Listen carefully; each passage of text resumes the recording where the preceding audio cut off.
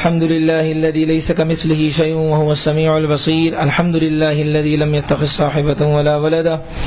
الحمد لله الذي لم يلد ولم يولد ولم يكن له كفوا أحد. الحمد لله الذي كتب الآثار ونسخ الآجال. القلوب عنده مفزية والسر عنده علانية. الحلال ما أحل والحرام ما حرم. الأمر ما قضى والدين ما شرع. الخلق خلقه والعبد عبده وهو الله الرؤوف الرحيم.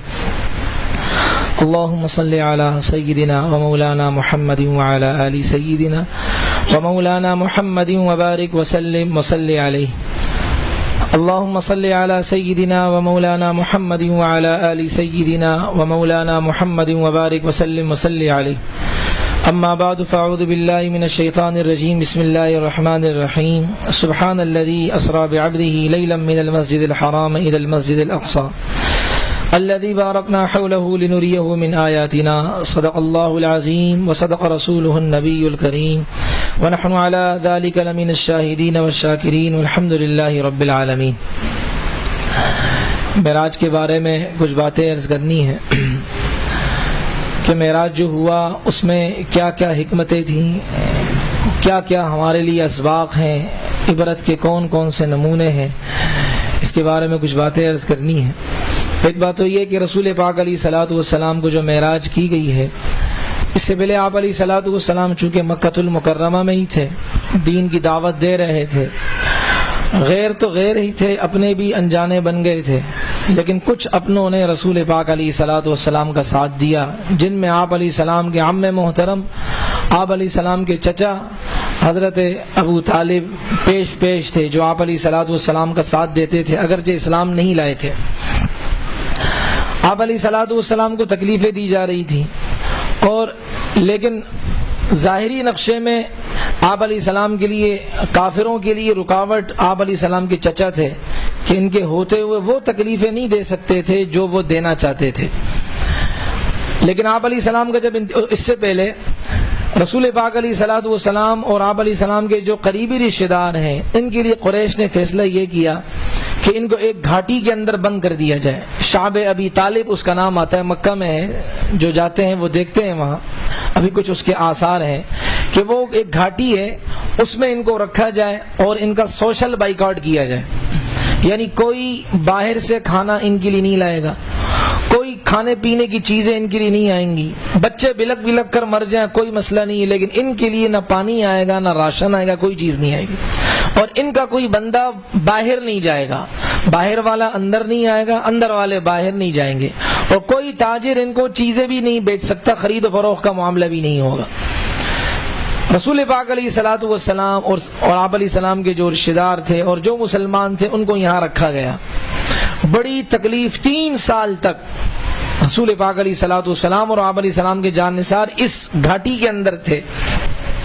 3 سال مشقت برداشت کی، بچے بلک رہے ہیں لیکن ایسے دل سخت ہو گئے ہیں کہ وہ لوگ ان کے لیے کھانے کی کوئی چیز مہیا کرنے کو تیار نہیں تھے. 3 سال ہو گئے آپ علیہ السلام کو، اور ایک انہوں نے لکھا تھا، ایک چٹ، ایک خط نما، ایک اعلان لکھا تھا کہ بھائی ان کو کوئی بھی ان کے ساتھ نہیں دے گا، اور انہوں نے باقاعدہ یہ عہد نامہ لکھا تھا. 3 سال ہو گئے، آپ علیہ السلام کو وحی کے ذریعے سے اللہ نے بتا دیا کہ وہ جو انہوں نے عہد نامہ لکھا تھا، وہ جو پرچہ لکھا تھا، وہ پرچہ سارے کا سارا ختم ہو گیا، صرف اللہ کا نام رہ گیا ہے، اس میں دیمک کھا گیا ہے، باقی سارے کا سارا ختم ہو گیا ہے، دیمک نے اللہ کے نام کو نہیں کھایا. آپ علیہ السلام نے اپنے چچا کو بتایا، چچا نے کہا کہ تم نے جو ایک رکھا تھا، ایک چٹ لکھی تھی اور ایک پرچہ لکھا تھا، وہ تو کھایا گیا ہے، وہ ختم ہو گیا ہے، لہذا اب آپ ہمیں یہاں سے نکالے. تو کافروں کو تو پتہ نہیں، انہوں نے کہا ہم دیکھیں گے، تحقیق کریں گے، اگر یہی بات ہوئی تو ٹھیک ہے، ہمارا معاملہ ختم، بائیکاٹ وغیرہ ختم. تو جب انہوں نے دیکھا کہ واقعی دیمک سب کچھ کھا گیا، صرف اللہ کے نام کو چھوڑ گیا، کہا جی اب ختم، اب آپ لوگ آ جائیں. اور آپ علیہ السلام نے 3 سال کی یہ مشقت برداشت کی. پھر رسول پاک علیہ السلام کے چچا کا انتقال ہو گیا، کافروں نے مصیبتیں یعنی کہ آپ علیہ السلام پر مشقتیں اور آپ علیہ السلام پر تکلیفوں کا نہ تھمنے والا سلسلہ شروع کر دیا. ابو طالب کا انتقال، یہاں سے حضرت خدیجہ کا انتقال جو آپ علیہ السلام کی چہیتی بیوی، پہلی بیوی، اور ان کے ہوتے ہوئے دوسری شادی بھی نہیں کی تھی، اور انہوں نے اپنا سب کچھ لٹا دیا تھا دین کے خاطر. رسول اللہ ان کا احسان نہیں بھولتے تھے، جب بھی آپ علیہ السلام کے گھر میں کوئی چیز آتی تھی نا، جب ان کا انتقال ہو گیا، مدینہ پاک میں آپ علیہ السلام تھے، تو جب بھی کوئی چیزیں آتی تھی تو رسول پاک علیہ السلام حضرت خدیجہ کی سہیلیوں تک پہنچانے کی کوشش کرتے تھے کہ یہ میری خدیجہ کی سہیلیاں ہیں، ان کے ساتھ تعلق تھا ان کا، اپنی بیوی کو نہیں بھولتے تھے۔ تو حضرت خدیجہ کا انتقال ہو گیا تو رسول اللہ صلی اللہ علیہ وسلم نے اس سال کو عام الحزن کا سال کہا، یعنی یہ تو میرے لیے غم والا سال ہے کہ بیوی چلی گئی، انتقال ہو گئے، دین کے کاموں میں تعاون کرنے والی تھی، چچا کلمہ نہیں پڑھا لیکن بہت زیادہ انہوں نے مجھے سپورٹ کی، ان کا انتقال ہو گیا، اور کافر حملوں پر حملے آپ علیہ السلام کو تکلیفیں دینا شروع کر دی۔ رسول اللہ دل برداشتہ ہو کر طائف چلے گئے کہ وہاں بھی لوگوں کو دعوت دوں، دین کا پیغام پہنچاؤں، اللہ کا پیغام پہنچاؤں۔ وہاں گئے تو وہاں والوں نے بھی رسول پاک علیہ الصلوۃ والسلام کو اچھا نتیجہ نہیں دکھایا، اور رسول اللہ صلی اللہ علیہ وسلم جب وہاں سے واپس ہونے لگے تو اوباش قسم کے نوجوانوں اور بچوں کو لگا دیا جو ہمارے نبی علیہ السلام کو پتھر مار رہے تھے، لہو لہان ہو گئے رسول اللہ صلی اللہ علیہ وسلم۔ آپ علیہ السلام واپس مکے میں آئے، ہر طرف تکلیف کے دروازے کھل چکے ہیں۔ رسول پاک علیہ السلام حضرت علی رضی اللہ عنہ کی بہن کے گھر میں تھے، ام ہانی ان کا نام آتا ہے، ان کے گھر میں تھے۔ اب اللہ تبارک و تعالی نے فیصلہ کر دیا کہ میرا نبی اتنی تکلیفوں کے اندر ہے، اب اپنے نبی کو ایک تحفہ دوں اور اپنے نبی کو اپنے دربار میں بلاؤں۔ چنانچہ جبرائیل علیہ السلام آئے ایک فرشتے کے ساتھ اور اس مکان کی چھت کو پھاڑتے ہوئے اندر آئے، دروازے سے بھی آ سکتے تھے لیکن اس کی حکمت تھی، عرض کروں گا۔ آئے اور کہا کہ ان اللہ یقرئک السلام ویدعوک، اللہ آپ کو سلام کہتے ہیں، اے میرے نبی السلام علیکم ورحمۃ اللہ، اور اے میرے نبی وہ آپ کو بلاتے ہیں کہ آپ آئیں، آپ کا استقبال کیا جا رہا ہے، آسمانوں میں آپ کو اللہ تبارک و تعالیٰ اپنے پاس بلانا چاہتے ہیں، دیدار کروانا چاہتے ہیں۔ پھر دوبارہ کہا ان ربک یشتاق الیک، اے میرے نبی آپ کا رب آپ سے ملاقات کے لیے مشتاق ہے، چاہ رہا ہے کہ آپ کی ملاقات ہو۔ اتنے غم، اب غم ختم ہو محبوب کا دیدار ہونے سے۔ رسول پاک علیہ الصلوۃ والسلام کو لے گئے اور حتیم میں لے گئے۔ یہ حتیم بیت اللہ جو حضرات گئے اللہ سب کو لے جائے، بیت اللہ اور تصویروں میں دیکھا ہوگا جو نہیں گئے، بیت اللہ کے ساتھ چھوٹی سی سفید سی دیوار ہے، اس کو حتیم یہ کہا جاتا ہے، یہ بھی بیت اللہ کا حصہ ہے۔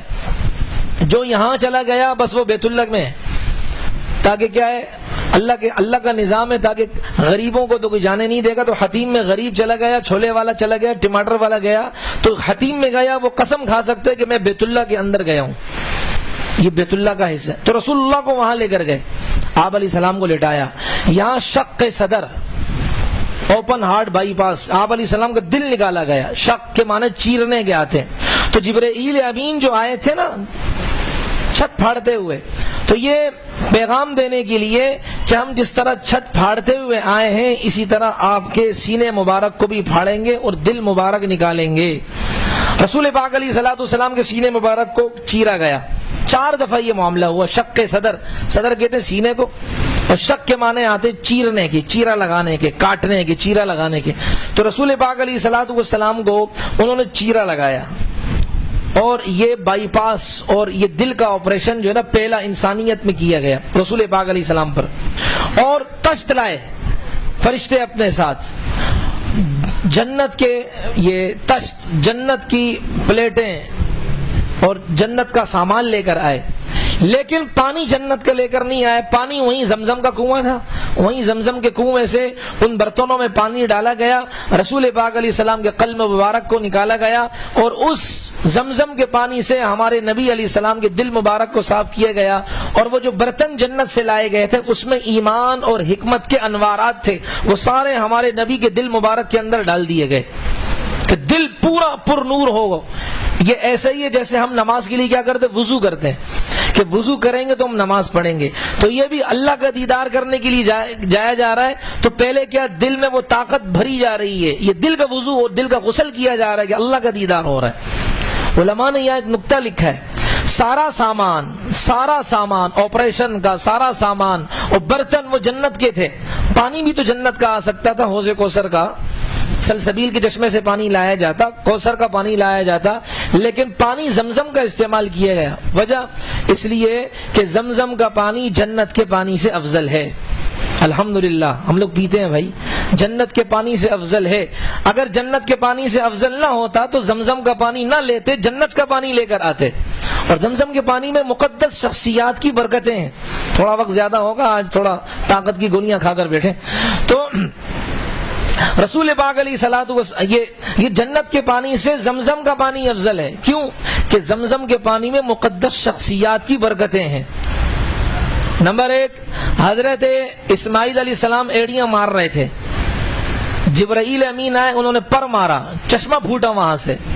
رسول پاک علیہ الصلوۃ والسلام ایک دفعہ آپ علیہ السلام نے پانی لیا اور رسول پاک علیہ السلام نے اپنے منہ کا استعمال شدہ پانی، جس میں تھوک مبارک بھی ہمارے نبی کا اس پانی میں شامل ہو گیا تھا، دوبارہ اس پانی کو کنویں میں ڈال دیا تاکہ میرا آخری آنے والا امتی بھی میرے اس تھوک مبارک سے فائدہ اٹھائے۔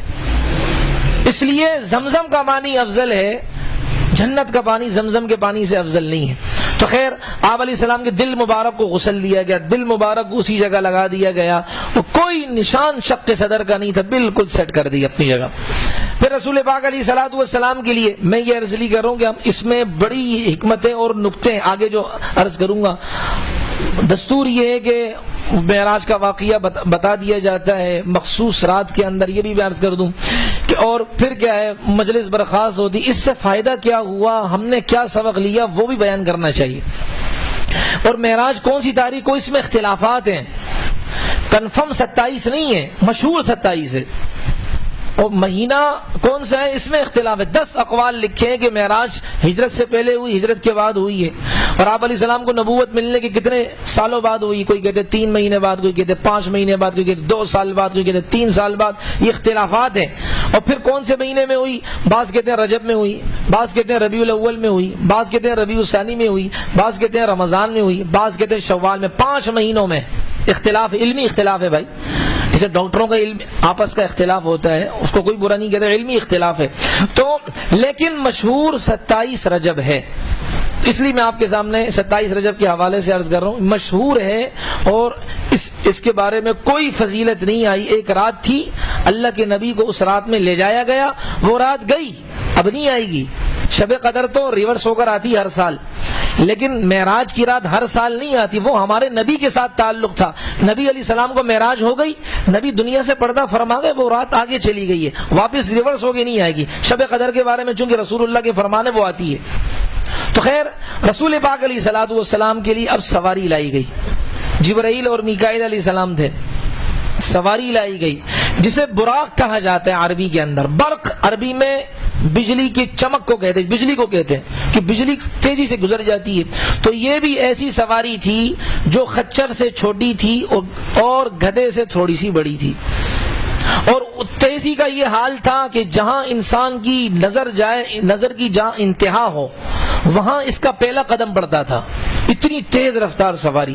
جب رسول پاک علیہ السلام اس پر بیٹھے تو براق شوخیاں مارنے لگا، تو جبرائیل امین نے کہا تمہیں پتہ ہے کون بیٹھا ہے تم پر؟ سارے نبیوں کے سردار اور اللہ کے حبیب محمد الرسول اللہ صلی اللہ علیہ وسلم تم پر بیٹھے ہیں۔ فوراً وہ پسینے پسینے ہو گیا کہ اتنی بڑی ہستی آج مجھ پر بیٹھی۔ بعض روایتوں میں آتا ہے کہ جبرائیل امین بھی رسول اللہ کے پیچھے بیٹھے تھے اس سواری پر، بعض روایتوں میں آتا ہے نہیں، وہ الگ تھے، رسول اللہ اپنی سواری میں تنے تنہا تھے۔ کہاں کا سفر ہے؟ مسجد اقصی، شام کا سفر ہے، فلسطین کا سفر ہے۔ بھائی اللہ تعالیٰ وہیں بیت اللہ سے سیدھا بیت المعمور آسمانوں میں پہنچا سکتے تھے، نہیں سکتے تھے؟ تو یہاں سے وہاں جانے کی کیا ضرورت ہے؟ یہ بتانا تھا کہ آپ وہاں جائیں گے اور آپ کو پوری کائنات کا نبی بنایا گیا ہے، اس لیے آپ نے دنیا کی سیر کرنی ہے، اور آپ کی نبوت چاردانگ عالم کے اندر اس کا فیض پھیلے گا، اس کی کرنیں پھیلیں گی، اس لیے ہم آپ کو سفر وہاں کروا رہے ہیں۔ ورنہ بیت اللہ کی سیدھ میں بالکل بیت المعمور ہی جہاں فرشتے طواف کرتے، اللہ وہاں لے جا سکتے تھے، لیکن اللہ نے یہ سلسلہ کیا۔ اب راستے میں عجائبات دیکھے رسول پاک علیہ السلام نے، وہ عرض کرنے آپ علیہ السلام تشریف لے جا رہے ہیں تو کھجوروں کا علاقہ ہے، نخلستان، جہاں بہت سی کھجوروں کے درخت تھے۔ رسول پاک علیہ السلام کو جبرائیل امین نے عرض کیا اللہ کے رسول یہاں اترے، 2 رکعت نفل پڑھیں۔ اللہ کے رسول وہاں اترے، 2 رکعت نفل پڑھی۔ پھر انہوں نے پوچھا اللہ کے رسول سے پتہ یہ کون سی جگہ ہے؟ اللہ کے رسول نے فرمایا مجھے تو نہیں پتا۔ تو انہوں نے عرض کیا اللہ کے رسول یہ وہ جگہ ہے جسے یثرب کہا جاتا ہے، اور یہاں آپ نے ہجرت کرنی ہے، آپ نے ملک کو چھوڑ کر یہاں آنا ہے، مدینہ طیبہ۔ پھر آپ علیہ السلام سواری پر سوار ہو گئے، آگے گئے، رسول اللہ سے کہا گیا دوبارہ اتریں اور اس جگہ نماز پڑھیں 2 رکعت۔ آپ علیہ السلام اترے، 2 رکعت نفل پڑھے۔ کہا جی یہ کون سی جگہ ہے؟ تو رسول پاک علیہ السلام سے کہا گیا کہ یہ جگہ حضرت موسیٰ علیہ السلام جس درخت کے پاس آ کر اللہ سے ہم کلامی کرتے تھے، یہ وہ جگہ شجرہ سینا۔ رسول اللہ صلی اللہ علیہ وسلم پھر سوار ہوئے، آگے گئے، آپ علیہ السلام سے کہا گیا جی اب دوبارہ اتریں، اس جگہ پر 2 رکعت نفل پڑھے۔ رسول اللہ اترے، 2 رکعت نفل پڑھی۔ پھر پوچھا یہ کون سی جگہ ہے؟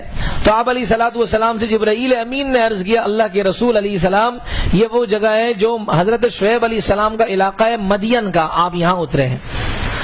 رسول اللہ صلی اللہ علیہ وسلم دوبارہ تشریف فرما ہوئے اپنی سواری پر، تو رسول پاک علیہ السلام فرماتے ہیں آگے گیا، پھر مجھے کہا کہ اتریں۔ آپ اترے، 2 رکعت نفل پڑھیں جی، پڑھ لی۔ یہ کون سی جگہ ہے بھائی؟ کہا یہ بیت اللحم ہے، حضرت عیسیٰ علیہ السلام کی پیدائش کی جگہ ہے یہ۔ رسول پاک علیہ السلام پھر سواری پر سوار ہوئے، آگے تشریف لے جا رہے ہیں، تو رسول پاک علیہ السلام کو ایک بوڑھی عورت نے پکارا۔ جبرائیل امین نے کہا اس کی طرف توجہ نہ کرنا۔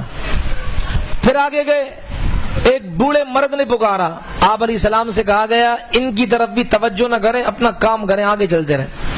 پھر رسول پاک علیہ السلام کی ایک جماعت کے پاس سے گزر ہوا، اور وہ جماعت، وہ افراد رسول اللہ کو سلام کر رہے تھے، السلام علیکہ یا اول، السلام علیکہ یا آخر، السلام علیکہ یا حاشر۔ آپ علیہ السلام کو سلام کیا گیا، آپ علیہ السلام نے سلام کا جواب دیا۔ پھر جبرائیل امین نے کہا اللہ کے رسول آپ کو پتہ ہے وہ بوڑھی عورت کون تھی، وہ بوڑھا مرد کون تھا، جس جماعت نے سلام کیا وہ کون تھے؟ اللہ کے رسول علیہ الصلوۃ والسلام نے عرض کیا، فرمایا کہ مجھے تو پتہ نہیں ہے کون ہے۔ تو کہا کہ یہ جو بوڑھی عورت تھی یہ دنیا تھی، اب دنیا کی عمر اتنی ہی رہ گئی ہے جتنی کی بوڑھی عمر کی عمر ہوتی ہے، بوڑھی عورت کی عمر ہوتی ہے، اس کی عمر کیا ہے؟ بس کبھی بھی دنیا سے پردہ کرنا ہے، جانا ہے، تو بس دنیا کی اتنی عمر رہ گئی ہے جتنا بوڑھا انسان ہوتا ہے اس کی عمر رہتی ہے، قلیل عمر رہ گئی ہے۔ یہ آپ کو اپنی طرف متوجہ کرنا چاہ رہی تھی، اپنے جھانسے میں پھنسانا چاہ رہی تھی، اس لیے میں نے کہا اس کی طرف توجہ نہ کریں۔ اور پھر یہ بوڑھا آدمی تھا، یہ شیطان تھا، اور یہ آپ کو اپنی چال میں پھنسانا چاہ رہا تھا، اس لیے میں نے کہا اس کی طرف توجہ نہ فرمائیے گا۔ اچھا وہ جماعت کس کی تھی؟ کہا یہ حضرت ابراہیم الخلیل علیہ الصلوۃ والتسلیم، حضرت موسیٰ علیہ السلام، حضرت عیسیٰ علیہ السلام، یہ تینوں حضرات اللہ کے برگزیدہ نبی تھے، یہ آپ کو سلام کہہ رہے تھے۔ آپ علیہ السلام فرماتے میں جب جا رہا تھا تو میں نے موسیٰ علیہ السلام کو دیکھا کہ قبر میں وہ نماز پڑھ رہے تھے، اور میں جب ایک جگہ گیا تو وہاں مجھے خوشبو آئی، تو میں نے پوچھا جبرائیل سے یہ خوشبو کیسی ہے؟ تو قصہ لمبا ہے، میں مختصر عرض کر رہا ہوں کہ انہوں نے کہا، جبرائیل امین نے کہا کہ یہ فرعون کی باندی تھی جو اسلام جس نے قبول کیا تھا، فرعون کو پتہ چلا، فرعون نے اس کی دونوں بچیوں کو اس کے سامنے کڑھائی میں ڈال دیا، مار دیا، قتل کر دیا، اور اس عورت نے بھی جان کا نذرانہ پیش کیا، قربانی کی، ان کی ہڈیوں سے جہاں یہ دفن ہے قیامت تک خوشبو آتی رہے گی۔ انہوں نے قربانی دی دین کی خاطر، تو یہ وہ جگہ ہے جہاں سے خوشبو اٹھ رہی اور آپ محسوس کر رہے ہیں۔ آپ علیہ الصلوۃ والسلام فرماتے ہیں کہ پھر بعض علماء یہ فرماتے ہیں کہ یہ جو اگلے مناظر ہیں یہ آپ علیہ السلام کو جب آسمانوں میں پہنچایا گیا اور دوزخ کے مناظر دکھائے گئے، یہ مناظر وہاں کے ہیں، لیکن بعض علماء فرماتے نہیں یہ دنیا میں ہی آپ علیہ السلام کو دکھائے گئے ہیں۔ تو دونوں علماء اپنی اپنی تحقیق رکھتے ہیں بھائی، سرا خبر دونوں، تو فرماتے ہیں اس لیے میں اس کو آگے ذکر کر دوں گا تاکہ دونوں کی بات سرا خبر ہو جائے۔ رسول پاک علیہ السلام فرماتے ہیں میں گیا، اور اس کو اسراء کہتے ہیں، یہ بیت اللہ سے بیت المقدس تک کے سفر کو اسراء کہتے ہیں، معراج وہ بیت المقدس سے آسمانوں کا سفر ہوگا اس کو معراج کہتے ہیں۔ آپ علیہ السلام فرماتے ہیں میں جب ہم بیت المقدس پہنچے تو وہاں بیت المقدس پر ایک حلقہ کڑا جس پر سواری کو باندھا جاتا ہے نا، رسی کو باندھا جاتا ہے کڑا، تو جبرائیل امین نے اس کڑے کے ساتھ سواری کی نکیل باندھ دی، یعنی رسی سے باندھ دیا۔ علماء فرماتے ہیں بعض کہ یہ انبیاء جب یہاں بیت المقدس آتے تھے اپنی سواریوں کو اسی حلقے کے ساتھ کڑے کے ساتھ باندھتے تھے۔ بعض علماء فرماتے نہیں، جبرائیل امین نے اپنے پر کی نوک سے سوراخ کیا، کڑا بن گیا اور اس میں سواری کی، اس رسی کو باندھا۔ تو ہو سکتا ہے کہ یہ پہلے سے ہو لیکن زمانہ بہت سا گزر چکا ہو اور اس کڑے کا منہ بند ہو گیا ہو، اس کا سوراخ بند ہو گیا ہو، تو جبرائیل امین نے اپنے پر کی نوک سے اس کا دوبارہ سوراخ صحیح کر دیا اور اس میں جا کے تاکہ رسول اللہ صلی اللہ علیہ وسلم اپنی سواری کو باندھیں۔ آپ علیہ الصلوۃ والسلام بیت المقدس آئے، جبرائیل امین نے بھی 2 رکعت نفل پڑھے، رسول پاک علیہ الصلوۃ والسلام نے بھی 2 رکعت نفل پڑھے۔ معلوم ہوا اس سے مسئلہ ہمیں کہ جب انسان مسجد میں آئے تو تحیۃ المسجد پڑھا کرے، یہ ہمارے نبی کی سنت طریقہ ہے، سنت عمل ہے، بشرطے کہ مکروہ وقت نہ ہو، بشرطے کہ جماعت کھڑی نہ ہو۔ پھر آپ علیہ الصلوۃ، اچھا مؤذن کھڑا ہو گیا اور سارے نبی آئے ہوئے تھے، سارے نبی جتنے بھی تھے سب کو اللہ قادر ہیں، اللہ نبیوں کو لا سکتے، اللہ کی قدرت ہے۔ چنانچہ رسول پاک علیہ الصلوۃ والسلام فرماتے ہیں کہ اذان مؤذن نے دی، اقامت ہو گئی، اب امام آپ علیہ الصلوۃ والسلام دیکھ رہے جی امام، جبرائیل امین نے عرض کیا اللہ کے رسول آپ آگے ہو جائیں، آپ نے امامت کروانی ہے سارے نبیوں کی۔ رسول پاک علیہ السلام آگے ہو گئے اور رسول اللہ نے اپنے جتنے بھی نبی تھے ان سب کو نماز پڑھائی، اسی سے ہمارے نبی کا لقب اور نام پڑا امام الانبیاء، کہ یہ سارے نبیوں کے امام تھے کہ انہوں نے ان کو نماز پڑھائی۔ اور پھر انبیاء سے ملاقاتیں ہوئیں، الیک سلیک ہوئی۔ اب یہاں سارے نبی موجود ہیں لیکن بڑے بڑے نبیوں نے، اب جب ملاقاتیں ہو رہی تھیں تو ہر نبی نے اللہ کی تعریف کی۔ اس لیے کیا ہے، اللہ والوں کا طریقہ یہی ہوتا ہے، وہ اپنے محبوب کا ذکر چھیڑ دیتے ہیں، تذکرہ چھیڑ دیتے ہیں، ان کو اللہ کے تذکرے کے بغیر مزہ ہی نہیں آتا۔ چنانچہ اب انبیاء کھڑے ہو رہے ہیں، اللہ کی تعریفات شروع کر رہے ہیں۔ حضرت ابراہیم الخلیل علیہ الصلوۃ والتسلیم کھڑے ہوئے اور اس کا خلاصہ میں عرض کر رہا ہوں، انہوں نے فرمایا الحمدللہ الذی اتخذنی خلیلا وآتانی ملکا عظیما۔ تمام تعریفیں اس اللہ کے لیے خاص ہیں کہ جس نے مجھے اپنا محبوب، اپنا دوست چنا اور اس نے مجھے بہت بڑی سلطنت عطا فرمائی ہے۔ وَآتَانِي مُلْكًا عَظِيمًا، اللہ تعالیٰ نے مجھے بہت بڑی سلطنت عطا فرمائی۔ وَجَعَلَنِي أُمَّةً قَانِتًا يُؤْتَمُّ بِي، اور اللہ نے وہ امت مجھے بنایا کہ میری اقتداء کی جاتی ہے، لوگ میری اتباع کرتے ہیں۔ وَأَنْقَذَنِي مِنَ النَّارِ وَجَعَلَهَا عَلَيَّ بَرْدًا وَسَلَامًا، اور اللہ تبارک و تعالیٰ نے مجھے آگ سے نکالا اور اللہ نے اس آگ کو میرے لیے ٹھنڈک اور سلامتی والا بنایا۔ یعنی سارے کام اللہ کر رہے ہیں، اللہ کی تعریف بیان ہو رہی ہے۔ معلوم ہوا اللہ کے علاوہ کسی کی طاقت نہیں، نہ نبی کی، نہ فقیر کی، نہ ولی کی، کہ کوئی کسی کو تکلیف سے نجات دلا سکے، صرف اس اللہ خالق کائنات کی طاقت ہے۔ ابراہیم علیہ السلام ہمیں یہ درس دے رہے ہیں اور معراج کا واقعہ یہ درس دیتا ہے کہ سب چیزوں کا مالک اور مختار وہ میرا اللہ ہے، اللہ کے علاوہ کوئی کچھ نہیں کر سکتا۔ اب حضرت موسیٰ علیہ السلام آئے اور موسیٰ علیہ السلام کھڑے ہو گئے، اس لیے کہ بڑے بڑے نبیوں میں یہ تھے۔ موسیٰ علیہ السلام کھڑے ہو گئے اور کہا الحمدللہ الذی کلمنی تکلیما، تمام تعریفیں اللہ کے لیے خاص ہیں جنہوں نے مجھ سے دنیا کے اندر باتیں کی۔ یہ جاتے تھے نا شجرہ موسیٰ، یعنی کہ وہ درخت کے پاس جاتے تھے اور اللہ تعالیٰ سے ہم کلامی کا شرف اللہ ان کو دیا جاتا تھا، چنانچہ اور حاصل کرتے تھے۔ کہتے ہیں الحمدللہ الذی کلمنی تکلیما، تمام تعریفیں اس اللہ کے لیے ہیں جو اللہ تعالیٰ مجھ سے گفتگو کیا کرتے تھے، مجھے اللہ نے یہ شرف بخشا کہ میں اللہ سے بات کر سکوں۔ اور وجعل ہلاک آل فرعون ونجات بنی اسرائیل علی یدی، اور فرعون کو اللہ نے میرے ہاتھوں ہلاک کیا، بنی اسرائیل کو اللہ نے میرے ہاتھوں اللہ نے نجات دلائی، نجات دلانے والے اللہ ہیں۔ وجعل من امتی قوما یہدون بالحق وبہ یعدلون، اللہ نے میری امت میں ایسے لوگوں کو پیدا کیا جو راہ حق کی ہدایت دیتے ہیں، انصاف کا بتاتے ہیں، حق بات کی تلقین کرتے ہیں اور وہ ہدایت یافتہ ہیں۔ اللہ نے مجھے ایسی قوم دی، مجھے ایسی امت عطا فرمائی۔ داؤد علیہ السلام کھڑے ہوئے اور داؤد علیہ السلام نے بھی اللہ کی تعریف بیان کی۔ الحمدللہ الذی جعل لی ملکا عظیما، تمام تعریف اس اللہ کے لیے جس نے مجھے بہت بڑی سلطنت عطا فرمائی۔ وعلمنی الزبور ولان لی الحدید وسخر لی الجبال یسبحن والطیر وآتانی الحکمت وفصل الخطاب، ساری تعریفیں اس اللہ کے لیے جس نے مجھے عظیم سلطنت عطا فرمائی اور زبور کی کتاب، مجھے یہ آسمانی کتاب اللہ نے مجھے عطا فرمائی، لوہے کو میرے لیے نرم کر دیا اللہ تبارک و تعالی نے، اور پہاڑوں کو میرے لیے کام میں لگا دیا کہ پہاڑ میری بات مانتے ہیں۔ اور اسی طریقے سے یہ پرندے وہ میری بات مانتے ہیں. اللہ نے مجھے تقریر کا طریقہ سکھایا, حکمت کا طریقہ اور ڈھنگ وہ میرے اللہ نے سکھایا, اللہ کے علاوہ کوئی نہیں سکھا سکتا. یہ انبیاء کی گول میز کانفرنس ہو رہی تھی.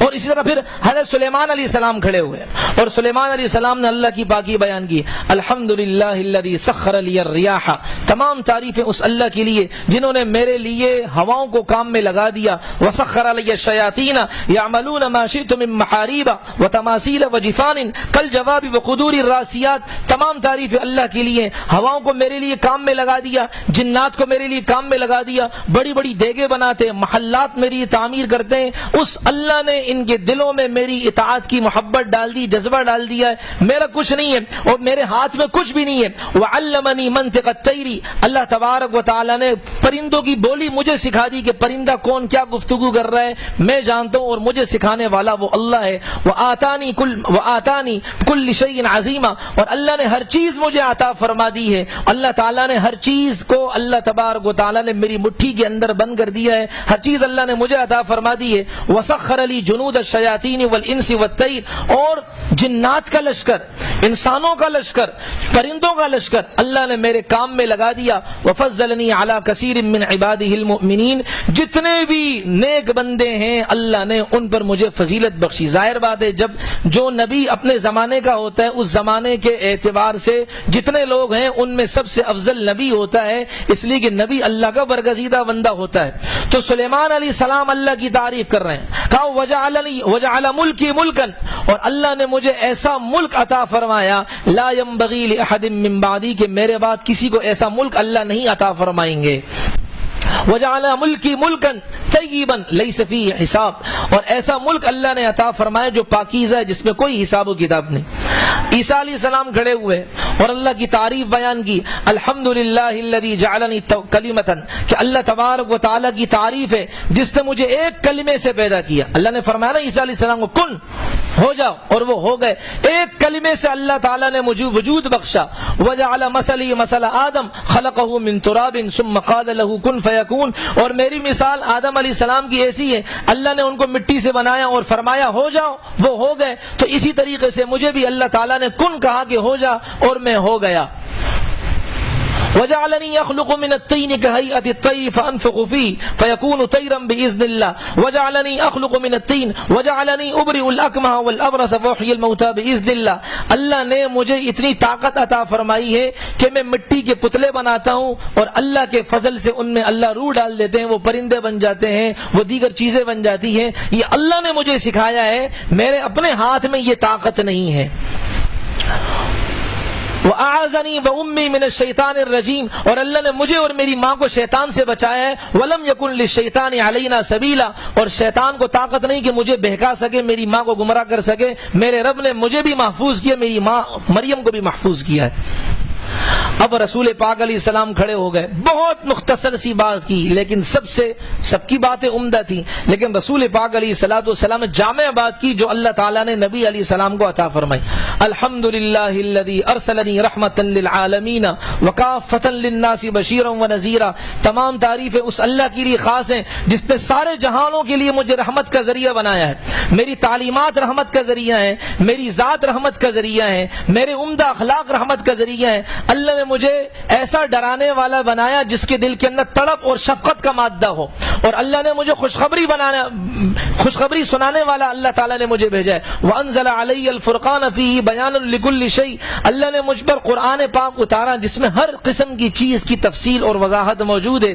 اللہ کے نبی نے نبیوں کے سامنے اپنی امت کو نہیں بھلایا, اپنی امت کو, ہم جیسے انسانوں کو, ہم جیسے گندے انسانوں کو جو صبح شام نبی کی نافرمانی میں لگے ہوئے, رسول اللہ نے بیت المقدس میں بھی ہمیں یاد کیا ہے. آپ علیہ الصلوۃ والسلام نے فرمایا وجعل امتی خیر امت اخرجت للناس, میری امت کو اللہ نے سارے نبیوں کی امت سے افضل بنایا ہے, اس لیے کہ ان کو لوگوں کے نفع کے لیے بھیجا گیا ہے.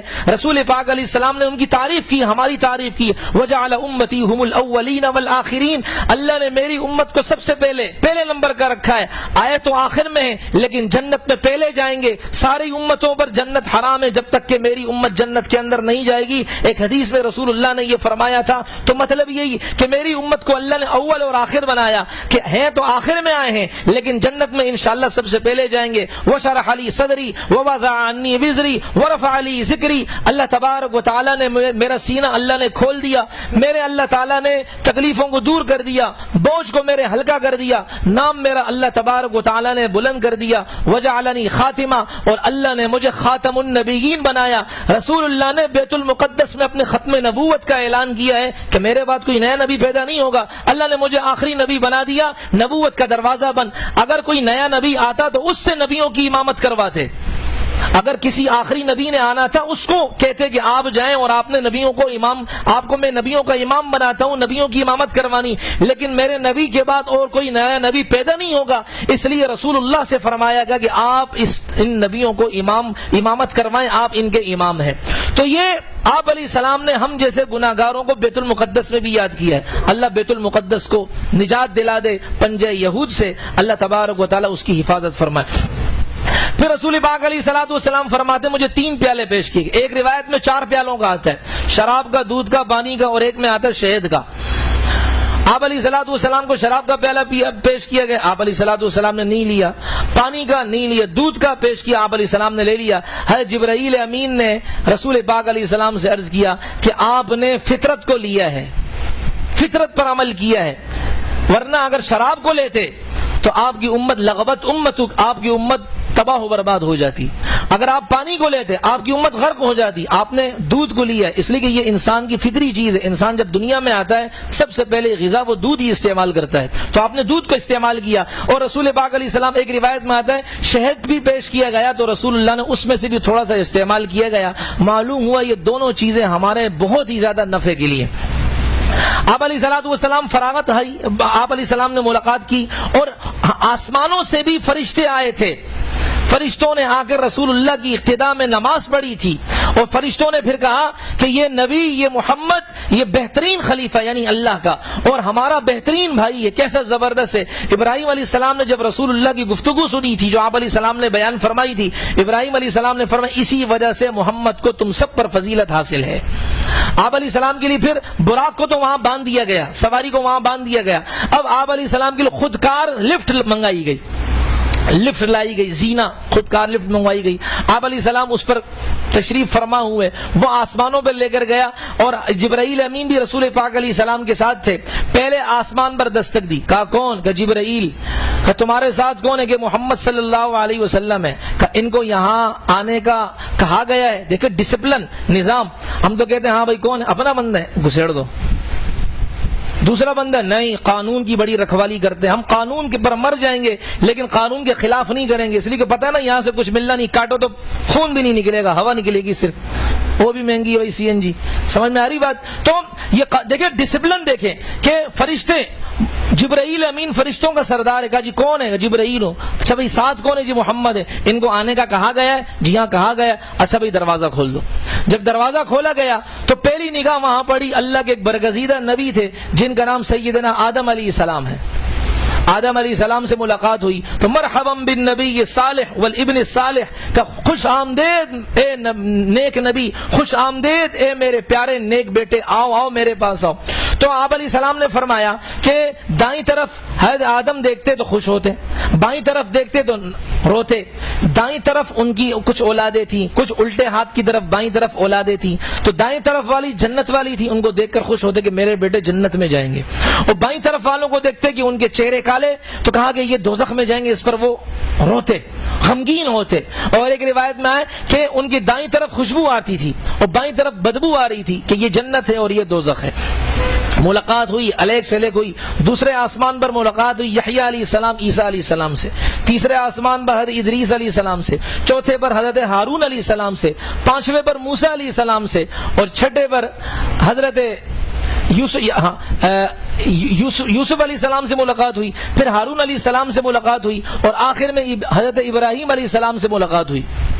ابراہیم علیہ السلام کو دیکھا کہ وہ بیت المعمور کے پاس ہیں اور ٹیک لگایا ہوا. بیت المعمور بیت اللہ کے بالکل سیدھ میں ایک بیت اللہ ہے. جس طرح انسانوں کا بیت اللہ نیچے ہے, فرشتوں کا بیت المعمور اوپر ہے. جس طرح انسان یہاں طواف کرتے ہیں تو فرشتے وہاں طواف کرتے ہیں کہ 70,000 فرشتے روزانہ طواف کرتے ہیں, قیامت تک پھر ان کی باری نہیں آئے گی.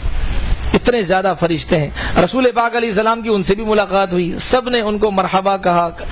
اس سے آگے آپ علیہ السلام گئے, سدرۃ المنتہا کے پاس گئے. اور یہ سدرہ, یہ عربی میں بیری کے درخت کو کہا جاتا ہے, اور اس کے جو پتے تھے اس پر پروانے, وہ پتنگے گر رہے تھے سونے کے, اور ہر پتے پر فرشتہ بیٹھ کر تسبیح پڑھ رہا تھا, اللہ کی پاکی بیان کر رہا تھا. اور سدرہ کے پاس بالکل, اور یہ گویا کہ اوپر سے جو اللہ کی طرف سے حکم آتا ہے نا, اور نیچے سے لوگوں کے اعمال جاتے ہیں, ان دونوں کے لیے ایک سنگم ہے. یعنی ان کے لیے ایک کیا ہے, یہ ایک سنگم نما ہے کہ یہ یہاں ایک اسٹاپ ہے, اور یہ ان کے لیے ایک اسٹیشن ہے کہ اوپر سے جو حکم آتا ہے پہلے یہاں ٹھہرتا ہے پھر نیچے جاتا ہے, نیچے سے جو اعمال جاتے ہیں پہلے وہاں ٹھہرتا ہے پھر اوپر جاتے ہیں. اور اسی سدرۃ المنتہا, یہ درخت ہے, اس کے نیچے 4 نہریں بہ رہی ہیں, کوثر کی نہر, سلسبیل کی نہر, فرات کی نہر اور دریائے نیل کا پانی. یہ 4 پانی اور 4 دریا اور 4 نہریں اس کے نیچے سے بہ رہی. اس کی جڑیں 6 آسمان میں ہیں, اور اس کی شاخیں 7ویں آسمان سے بھی اوپر جاتی ہیں.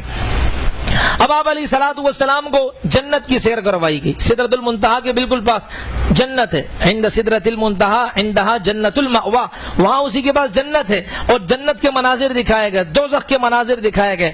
رسول پاک علیہ الصلوۃ والسلام فرماتے ہیں کہ میں نے دوزخ کے مناظر دیکھے, اللہ کمی بیشی معاف فرمائے, کہ میں نے دیکھا کہ بعض لوگوں کو, عورتوں کو, مردوں کو دیکھا میں نے کہ لوہے کے تانبے کے ناخن ہیں اور وہ اپنے چہروں کو نوچ رہے ہیں. ایک جگہ آتا ہے کہ وہ اپنا جسم سے نکلا ہوا گوشت کھا رہے ہیں. آپ علیہ السلام نے جبرائیل امین سے پوچھا یہ کون ہے؟ کہا یہ آپ کی امت کی غیبت کرنے والے ہیں.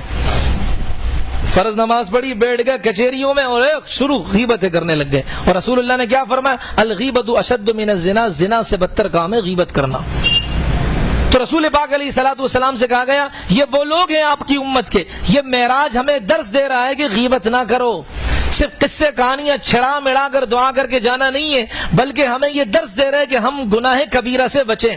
تو رسول پاک علیہ الصلوۃ والسلام فرماتے ہیں میں نے ایک اور منظر دیکھا میں نے, کہ بعض لوگ وہ جیسی کھیتی باڑی کرتے ہیں, یہ تو جنت کا منظر دیکھا آپ علیہ السلام نے یہ والا, کہ جیسے ہی دانا ڈالا زمین میں فوراً پک کر کھیتی کھڑی ہو گئی, وہ کاٹ لیتے ہیں دوبارہ کھیتی نکل آتی ہے. رسول اللہ نے فرمایا یہ کون ہے؟ کہ یہ آپ کی امت کے مجاہد ہیں جو جہاد کرتے ہیں.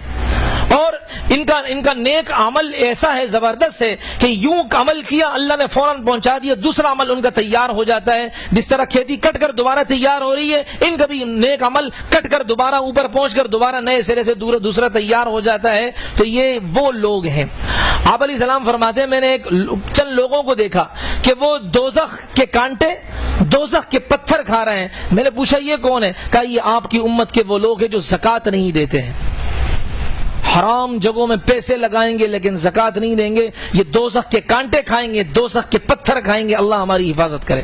آپ علیہ السلام نے ایک اور آدمی کو دیکھا کہ اس کے سر کو کچلا جا رہا ہے, فرشتہ اس کے سر کو مارتا ہے اور پتھر مارتا ہے, پتھر جا کر دور گرتا ہے اور اس کا سر وہ ٹکڑے ٹکڑے ہو جاتا ہے. جب وہ پتھر اٹھانے جاتا ہے دوبارہ وہ سر بالکل اپنی پہلی ترتیب پہ آ جاتا ہے. رسول اللہ نے فرمایا یہ کون ہے؟ کہ یہ آپ کی امت کے وہ لوگ ہیں جو نمازوں میں سستی کرتے ہیں. نماز نہیں پڑھنا وہ اس سے بڑا گناہ ہے جی, اس کی سزا کیا کہنا ہے اس کا.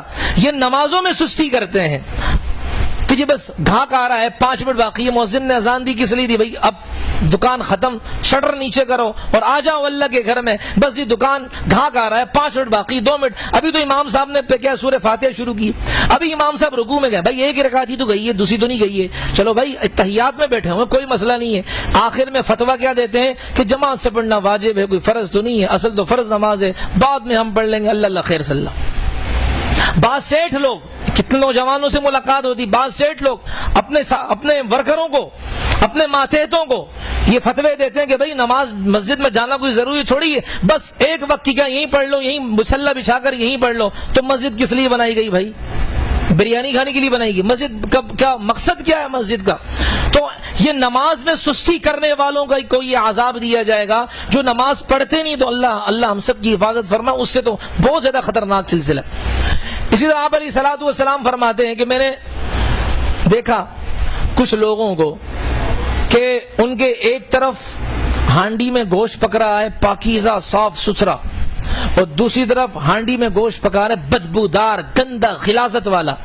اس پاکیزہ گوشت کو چھوڑ کر وہ گندے غلاظت والے بدبودار گوشت کو کھانا شروع کرتے ہیں اور اس کی طرف توجہ نہیں کرتے ہیں. تو رسول اللہ نے فرمایا, میں نے پوچھا یہ کون ہے؟ کہ یہ آپ کی امت کے وہ لوگ اور وہ مرد وہ عورتیں ہیں کہ جن کے پاس پاکیزہ گوشت, پاکیزہ حلال گوشت موجود ہے بیوی کی صورت میں.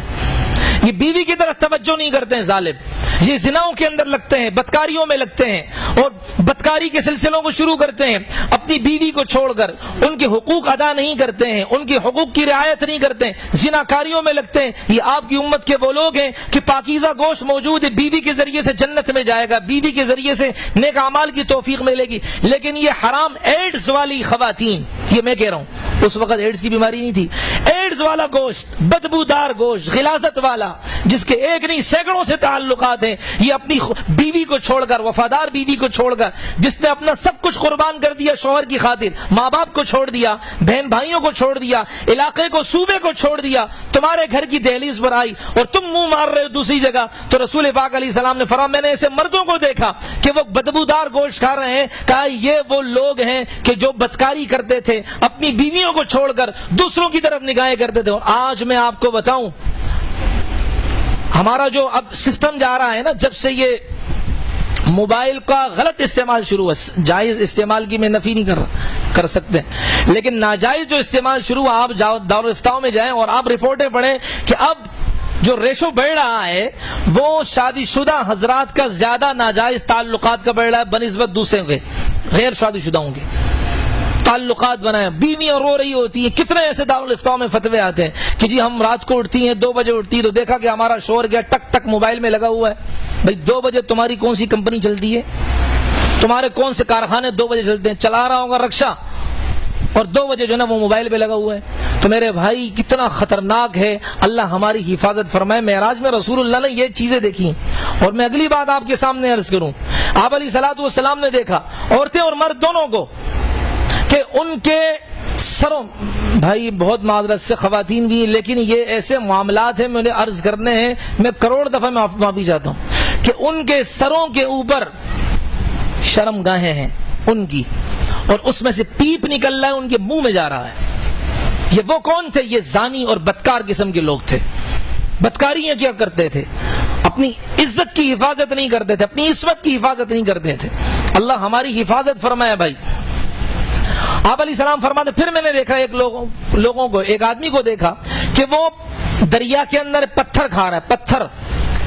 آپ علیہ السلام نے فرمایا یہ کون ہے؟ کہا یہ سود خور ہیں, سود پر قرضے دیتے تھے, سودی کاروبار کیا کرتے تھے. اور آپ کے تو علم میں ہے سود کتنا خطرناک گھناؤنا قسم کا گناہ ہے, کہ سود کا 1 درہم وہ کیا ہے, وہ جو سود کا 1 درہم ہے, سب سے اس کا ہلکا گناہ کیا ہے؟ اپنی ماں سے زنا کرنا ہے. سب سے ہلکا گناہ سود کے. للربا 36 بابن یا جزءن, آپ علیہ السلام کی حدیث کا مفہوم ہے کہ سود کے 36 دروازے ہیں, اس میں سے ایسرھا ان ینکح الرجل امہ, سب سے ہلکا گناہ یہ انسان اپنی ماں کے ساتھ زنا کرے. ایسے قوم کے ساتھ پھر اللہ کی مدد آئے گی. ایسی قوم جب سود کے اندر پڑ جائے, پل جائے. اور رسول اللہ نے ایک جگہ ارشاد فرمایا آپ علیہ الصلوۃ والسلام نے, کہ جو حرام کے لقمے سے جو جسم پلتا ہے, ایک لقمہ بھی کھا لیا 40 دن کی عبادت قبول نہیں. اس کا مطلب یہ ہے کہ اگر وہ توبہ نہیں کرے گا تو عبادت قبول نہیں ہوگی. توبہ کر لی اللہ سارے پچھلے معاف کر دے گا. توبہ تو یہی چیز ایسی بہترین چیز اللہ نے عطا فرمائی. اسی طرح آپ علیہ السلام فرماتے کہ میرا گزر ہوا تو میں نے چند لوگوں کو دیکھا کہ ان کے ہونٹ, جیسے اونٹ کے ہونٹ بڑے بڑے ہوتے ہیں نا, جھکے ہوئے ہوتے ہیں, ان کے ہونٹوں کو لوہے کی اور آگ کی بنی ہوئی قینچیوں سے کاٹا جا رہا تھا. کہا جی یہ کون ہے؟ کہا یہ وہ لوگ ہیں جو آپ کی امت میں فساد کیا کرتے تھے.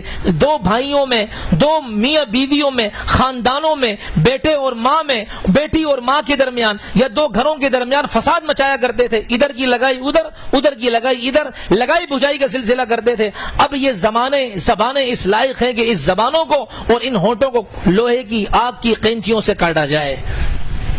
پھر آپ علیہ السلام نے فرمایا میں نے دیکھا فرشتے کو ایک آدمی کا گلا دبا رہا ہے, دباتے جا رہا ہے. کہا یہ کون ہے؟ یہ وہ لوگ ہیں جو آپ کی امت کے وہ خطیب ہیں جو لوگوں میں فرقہ واریت کا درس دیا کرتے تھے. لوگوں کو نماز کی اچھی باتوں کی باتیں نہیں کرتے تھے، ون مین شو کے لیے کیا کرتے تھے تاکہ میرا سکہ بیٹھا رہے، فرقہ واریت کی باتیں. ایک ہے مسائل بتانا، وہ الگ چیز ہے. مسائل نہیں بتائیں گے تو پھر دین کی حقیقی صورت نہیں آئے گی ہمارے سامنے. ایک اپنے دل کی بھڑاس نکالنا، یہ ہے اس کا مطلب. آپ علیہ الصلوۃ والسلام فرماتے ہیں کہ میں نے بعض لوگوں کو دیکھا کہ ان کے اوپر پہاڑ رکھا جاتا ہے، ان کا قد چھوٹا ہو جاتا ہے، اور پھر کیا ہے ہٹا دیا جاتا قد پھر دوبارہ. کہا یہ کون ہے؟ کہا یہ تکبر والے ہیں، متکبر قسم کے لوگ، آپ کی امت کے تکبر والے لوگ. اذان آتی تھی نہیں آتے، تکبر ہے یہ. کو پائنچے اوپر کرو نیچے نہ کرو گے، تکبر ہے یہ آپ کی امت کے متکبر تھے جو غریبوں کو کچھ نہیں سمجھتے تھے، اپنے آپ کو بہت بڑا سمجھتے. اور اللہ کو تکبر پسند نہیں ہے، اللہ کو عاجزی پسند ہے، اس لیے اللہ نے اس کا قد چھوٹا کر دیا. آپ علیہ السلام فرماتے میں نے دیکھا ایک آدمی اپنے پر بوجھ اٹھا رہا ہے، اس بوجھ کو سنبھال نہیں رہا کہ دوسرا بھی اپنے اوپر لگا رہا ہے. کہا جی یہ آدمی کون ہے؟ تو رسول اللہ سے عرض کیا کہ یہ وہ آدمی ہے جو لوگوں کی امانتیں رکھتا ہے، صحیح ادا نہیں کرتا کہ اور لیتا ہے. میں بڑے دکھ سے کہہ رہا ہوں، ناراض نہ ہونا آپ لوگ. ایک تو یہ کہ اگر کسی نے کسی کو پیسے دیے کہ بھائی آپ کے میں ذمہ دیتا ہوں، آپ نے غریبوں کو راشن دینا ہے، یہ غریبوں ہی کو دے گا. اور دوسرا یہ کہ جس کے پاس جائے گا راشن والے کے پاس، تو یہ نہیں پیسے دے دی اب جا اپنے مرضی سے کیڑوں والا آٹا ڈال دے، کیڑوں والی دالیں ڈال دے. غریب ہے نا، وہ تھوڑی کچھ کہے گا، وہ تو شکر کرے گا چلو مل گا، کیڑوں والا مل گیا، کچھ مل گیا. وہ شرما شرمی میں کچھ نہیں کہے گا. اس لیے کہ اگر راشن والے کے پاس جائے گا تو وہ کہے گا اوپر سے تمہیں مال بھی فری کا مل رہا ہے، تم نخرے بھی کر رہے ہو. تو وہ راشن والے کے پیسے دے دیے جاتے ہیں اور تحقیق نہیں کی جاتی، اپنے سامنے پیک نہیں کروایا جاتا. اور وہ راشن والا بھی کیا ہے کہتے چلو بھائی پورے سال تو مجھ سے لوگوں نے یہ گھٹیا مال لیا نہیں، کیڑوں والا، اب چلو بھائی اچھا موقع مل گیا ہے، میں کیا کروں گا ان کو یہ جو خراب مال ہے میں ان کو دے دوں گا. اور غریب کیا کہے گا مجھے؟ غریب شرما شرمی میں کچھ کہے گا نہیں. میں نے کل بھی جگہ عرض کیا تھا، ہمارے مدرسے کے استاد ہیں، وہ گاؤں سے انہوں نے آٹا منگوایا، اور گندم کا آٹا اپنی زمینوں کا وہ سونا ہوتا ہے. آٹا منگوایا، کہا مجھے کسی نے راشن دیا، شکر ادا کرتے کہ راشن مل گیا. اور اس آٹے کو میں نے اپنے گھر کے آٹے میں ڈالا، اور جب ڈالا تو دیکھا کہ سارے اس میں کیڑے تھے. اب میرا بھی آٹا اس میں مکس ہو گیا، خلط ملط ہو گیا، تو میرا آٹا بھی ضائع اور یہ بھی کسی کام کا نہیں. یہ طریقہ درست نہیں، امانت میں خیانت ہے. ذمہ داری آئے تو پوری نبھائے. اس لیے آپ علیہ الصلوۃ والسلام یہ تو ایک مثال دی میں نے، اس کی مثالیں کئی ہیں کہ اولاد اللہ نے دی ہے، امانت ہے، اس میں خیانت نہ کرے، اولاد کی صحیح تربیت کرے اور اولاد کی صحیح ذہن سازی کرے. یہ ہمارے ذمے ہے. اللہ تعالی ہمیں توفیق عطا فرمائے. نماز کو وقت میں نہ پڑھنا یہ نماز کی خیانت ہے. زکوٰۃ کو وقت میں نہ دینا یہ زکوٰۃ کی خیانت ہے. مختلف قسم کی خیانتوں کی صورتیں میں نے ابھی آگے جانا ہے. چنانچہ رسول پاک علیہ السلام نے فرمایا یہ پہلے بوجھ کو سنبھالتا نہیں ہے کہ مزید بوجھ اور اپنے ذمہ ڈالتا ہے. امانتوں میں خیانت کرنے والا ہے، پیسے کسی کے نام کے دیتے ہیں اور استعمال کہیں اور کرے، یہ امانت میں خیانت ہے. اور میں یہ عرض کروں صرف اس کا نام خیانت نہیں ہے، یہ ایک قسم ہے، خیانت کی مختلف صورتیں ہیں.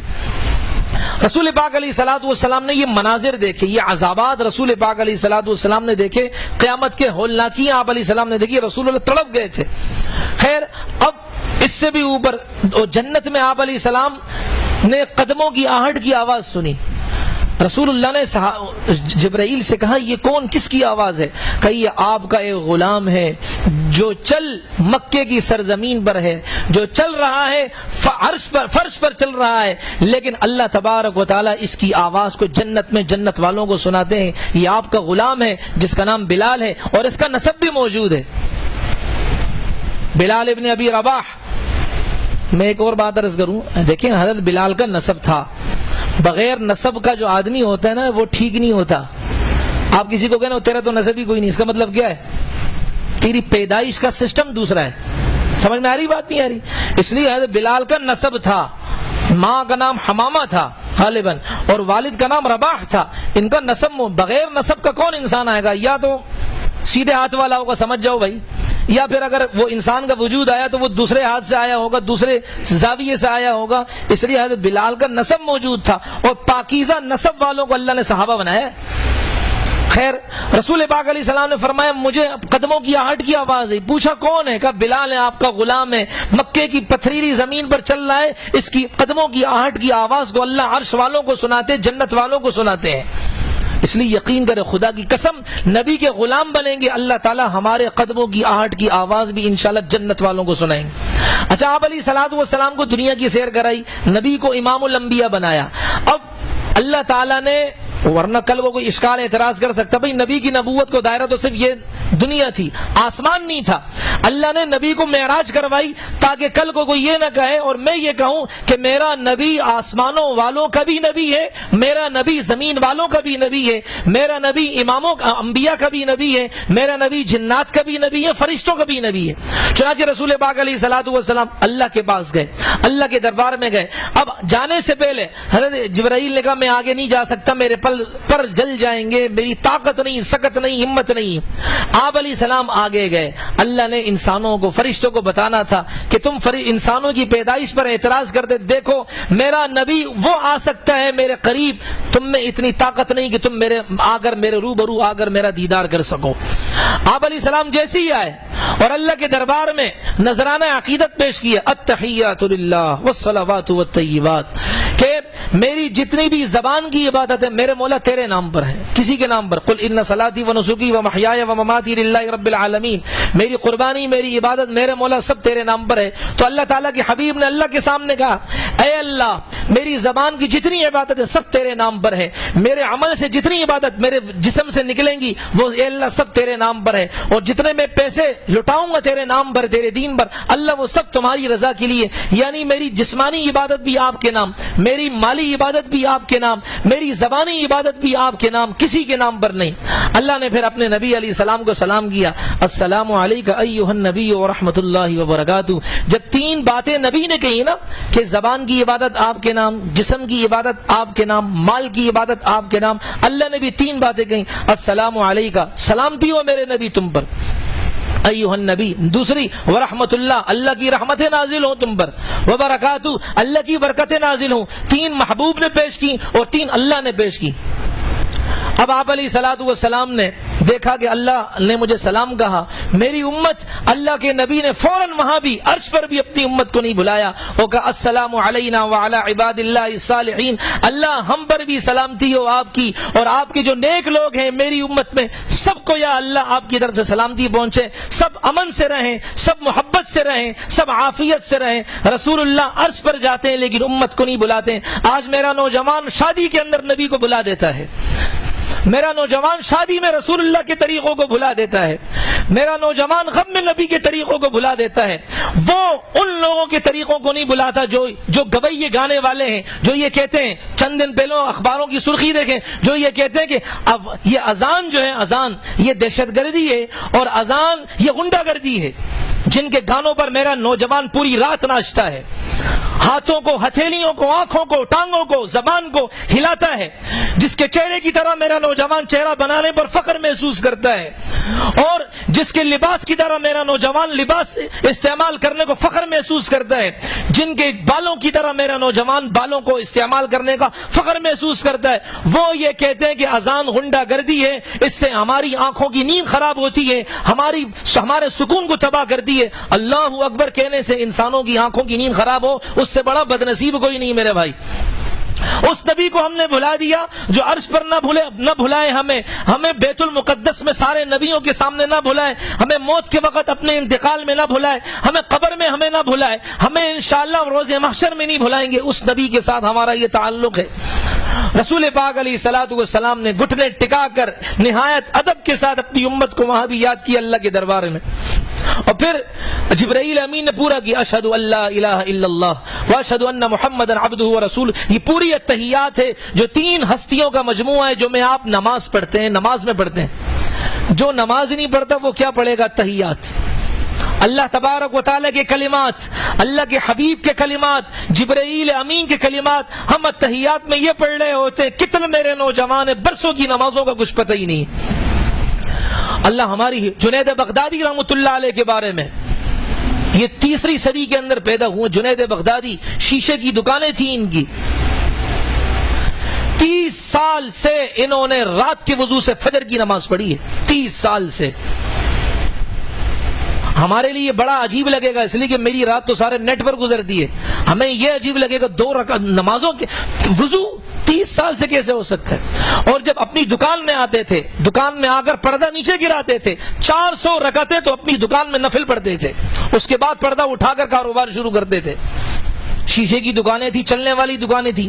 آج تو بھائی میں جیسی دکان بن گئی، فی منٹ 1 رکعت پڑھ کر جلدی جلدی اللہ اللہ خیر صلی اللہ، گاہک کھڑا ہوگا. ارے رب ہے ادھر، رب کو چھوڑ رہے ہو، گھاک کے پاس جا رہے ہو، اللہ تبارک و تعالیٰ تمہارے لیے گھاک بھیج دے گا. ایک ہی گھاک تمہارا سارا سامان لے جائے گا، برکت بھی کرے گا اللہ تعالیٰ. تم سجدوں کو چھوڑ کر گھاک کو راضی کر رہے ہو، رب کو چھوڑ کر تم مخلوق کو راضی کر رہے ہو. اس لیے رسول پاک علیہ الصلوۃ والسلام نے التحیات پڑھی، اور آج ہمیں اللہ توفیق دیتے ہیں جب نمازوں میں التحیات پڑھ رہے ہو. میں اپنی بہنوں سے بھی عرض کرتا ہوں، نماز کے بارے میں سستی نہ کریں. ہم تو جنید بغدادی رحمۃ اللہ 400 اور پھر 20 سال ہو گئے ان کی تکبیر اولا فوت نہیں ہوئی. تکبیر اولا جو امام کہتے ہیں نا اللہ اکبر، 20 سال سے وہ فوت نہیں ہوئی.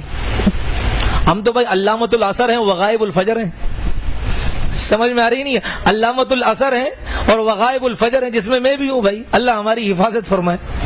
اثر میں تو موجود ہوتے ہیں، فجر میں حضرت جی کو ڈھونڈو تو دوربین کے خوردبین سے بھی نظر نہیں آئیں گے حضرت جی کہاں ہیں. سمجھ شریف میں آ رہی بات نہیں آ رہی؟ اللہ تعالی ہمیں نمازوں کی پابندی کی توفیق عطا فرمائے. اور نماز میں خوبصورتی ہے.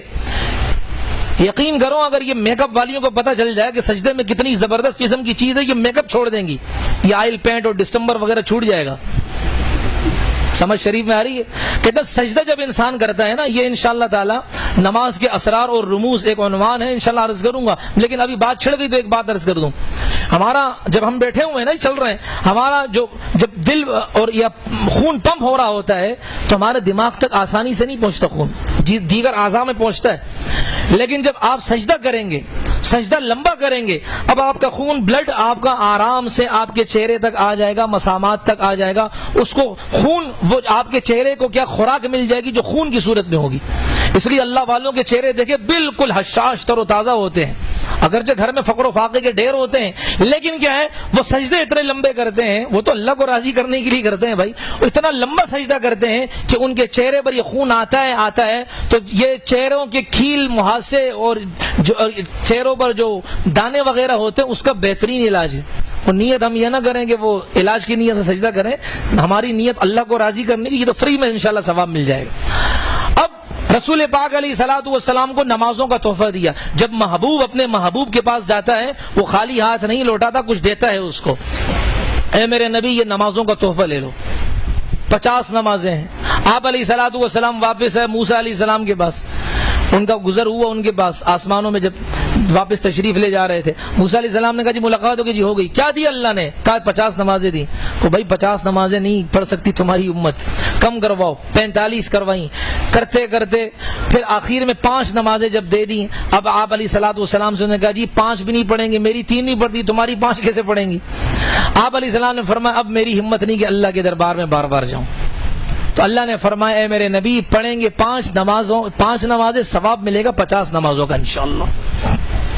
اور دوسری حکمت علماء نے عجیب لکھی ہے کہ موسیٰ علیہ السلام کیوں بار بار بھیج رہے تھے رسول پاک علیہ السلام کو. اس کی وجہ ایک اہم وجہ ہے کہ دنیا میں موسیٰ علیہ السلام نے اللہ سے کہا یا اللہ میں آپ کو دیکھنا چاہتا ہوں. اللہ تعالیٰ نے فرمایا آپ لن ترانی، آپ نہیں دیکھ سکتے ہو، اور واقعی نہیں دیکھ پائے. اللہ تعالیٰ نے اپنی تجلیات ڈالی اس پہاڑ پر، موسیٰ علیہ السلام بے ہوش ہو گئے تھے اور نہیں دیکھ سکے. تو ان کی یہ آرزو تھی کہ میں تو نہیں دیکھ سکا، یہ محمد اپنے رب کو بار بار دیکھ رہا ہے، اس بہانے وہ تجلیات ان کے چہرے پر آ رہی ہیں تو وہ اللہ کی تجلیات جو محمد علیہ الصلوۃ والسلام کے مبارک چہرے پر پڑ رہی ہیں میں بار بار دیکھتا رہوں تاکہ مجھے سکون ملے.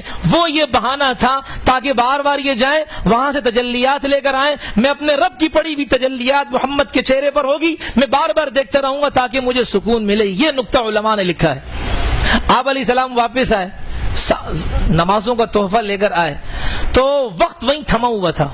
آپ علیہ السلام فرماتے جو میں نے وضو کیا تھا نا تو وضو کا پانی ابھی بہ رہا تھا، اور اس میں بستر سے جو اٹھا تھا تو ظاہر بات انسان پڑے بستر پر اس کی تھوڑی تھوڑی گرمی آتی کہ نہیں آتی بستر پر. کا وہ بستر ویسے کا ویسا گرم اور پانی ویسے کا ویسا بہ رہا تھا. اللہ نے نظام کو روک دیا تھا، وقت کو اللہ نے روک دیا تھا. اور اللہ کے لیے کیا مشکل ہے؟ اللہ کے لیے کوئی مشکل نہیں ہے. وہ ایک لطیفہ نما ہے یہ حالی جو نا ہل چلانے والوں کو پنجابی میں کہتے ہیں. تو وہاں تو یہ ہوتا ہے کہ بھئی صبح جلدی ہل والے جاتے ہیں اور کھیتوں میں کام کرتے ہیں, پھر ان کی بیویاں مکھن نکالتی ہیں, لسی لے کر آتی ہیں اور پراٹھے لے کر آتی ہیں, اپنے شوہر کے پاس آتی ہیں. اب وہ ہل چلا رہا ہے, خوب محنت کر رہا ہے, بیوی آ رہی ہے, وہ مکھن لے کر آ رہی ہے, پراٹھا لے کر آ رہی ہے, لسی لے کر آ رہی ہے. جیسے دور سے آیا تو خوش ہو گیا کہ چلو بھائی بیوی آ گئی ہے اور مجھے تو بھوک لگی ہے, محنت مشقت میں انسان کو بھوک لگتی ہے. بیٹھ گئے. اب وہ بیوی کی جو ناک کا لونگ تھا نا, اس پر اس نے ایک شعر کہا, پنجابی کا, مجھے پنجابی وہ والی پنجابی صحیح آتی بھی نہیں ہے.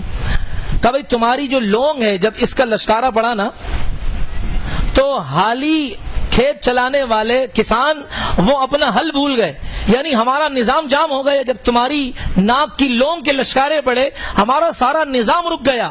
تو جب ایک مخلوق دوسرے کے لیے کہہ رہی ہے تو اس کا مطلب کیا ہے؟ اللہ تبارک و تعالیٰ نے اپنے محبوب کے لیے سارا نظام روک دیا, نظام کائنات کو اللہ نے روک دیا, ساری چیزوں کو اللہ نے روک دیا, اور تھوڑے سے عرصے میں اللہ نے رسول اللہ کو معراج کروا دی, سارا معاملہ کر دی, اپنی ذات کا دیدار کروا دیا.